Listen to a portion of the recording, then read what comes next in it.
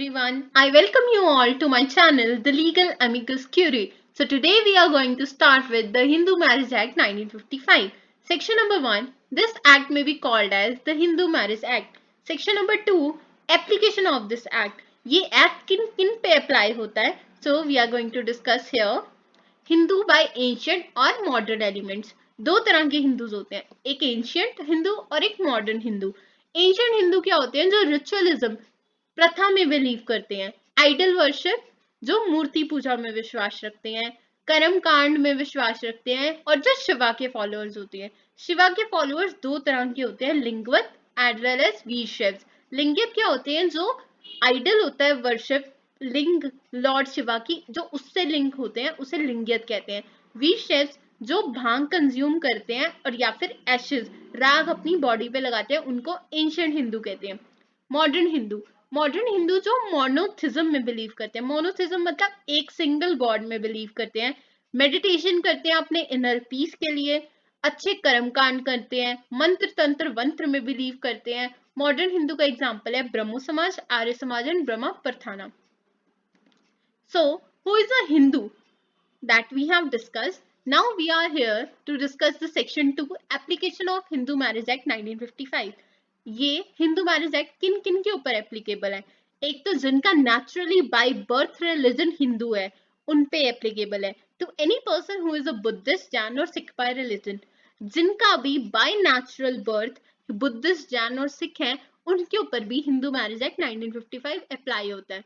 और या फिर कोई पर्सन जो है वो डोमिसाइल रेजिडेंट है इंडिया का, किसी के पास इंडिया की डोमिसाइल है, तो उसके ऊपर भी हिंदू मैरिज एक्ट 1955 अप्लाई होता है. या फिर कोई ऐसा पर्सन जिसका रिलीजन ही नहीं पता कि वो कौन से रिलीजन से बिलोंग करता है, बट वो एक परमानेंट सिटीजन है इंडिया का, तो वो भी एक बाय डिफॉल्ट क्या हो जाएगा? हिंदू हो जाएगा. But the main thing is this law will not apply to any Muslim, Christian, Parsi और ज्यू. ये कभी भी किसी मुस्लिम, क्रिश्चियन या पारसी या ज्यू पे नहीं अप्लाई होगा, क्योंकि उनके खुद के कस्टमरी लॉज होते हैं. हिंदू, जैन, सिख और बुद्धिस्ट पे कैसे अप्लाई होगा? या तो पेरेंट्स जो है उनके लेजिटिमेट, जायज एज वेल एज नाजायज, दोनों पेरेंट्स जो हैं या तो हिंदू, जैन, सिख या बुद्धिस्ट किसी भी रिलीजन से बिलोंग करते हैं, या फिर उनका कोई भी एक पेरेंट, सपोज मदर या तो हिंदू, जैन, सिख या बुद्धिस्ट है, या फिर उनका फादर हिंदू, जैन, सिख या बुद्धिस्ट है, तो वो भी हिंदू मैरिज एक्ट 1955 के अकॉर्डिंग गवर्न करे जाएंगे. फॉर एग्जाम्पल, अगर किसी ने अपना कन्वर्ट कर लिया है रिलीजन टू हिंदू और to any other religion, for example Jain, Sikh, Buddhist, उनके ऊपर भी हिंदू मैरिज एक्ट 1955 अप्लाई होगा. पर ये कभी भी किसी भी मुस्लिम, क्रिश्चियन, पारसी या ज्यू पे नहीं अप्लाई होगा. Section 2 sub clause 2 not applicable to scheduled tribes. Section 2 sub clause 3, यहाँ पर जो हिंदू वर्ड है उसका मतलब है to whom this act applies.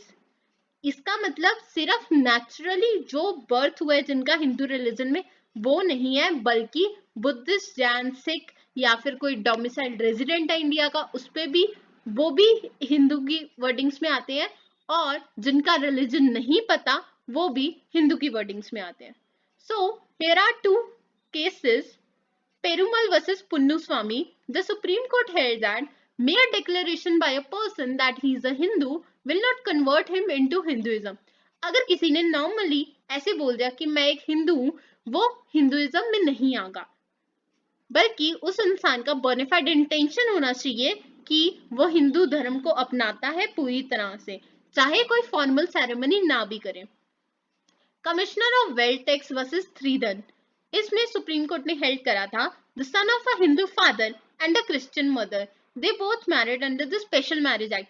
उन्होंने स्पेशल मैरिज एक्ट के तहत शादी करी थी, पर जो उनका फादर था वो एक हिंदू है, और फादर ने बोनाफाइड इंटेंशन से ये डिक्लेयर करा है कि जो उसकी फैमिली है वो हिंदू अनडिवाइडेड फैमिली है, तो उसके जो आगे बच्चे हैं उन पे भी हिंदू मैरिज एक्ट 1955 अप्लाई होगा.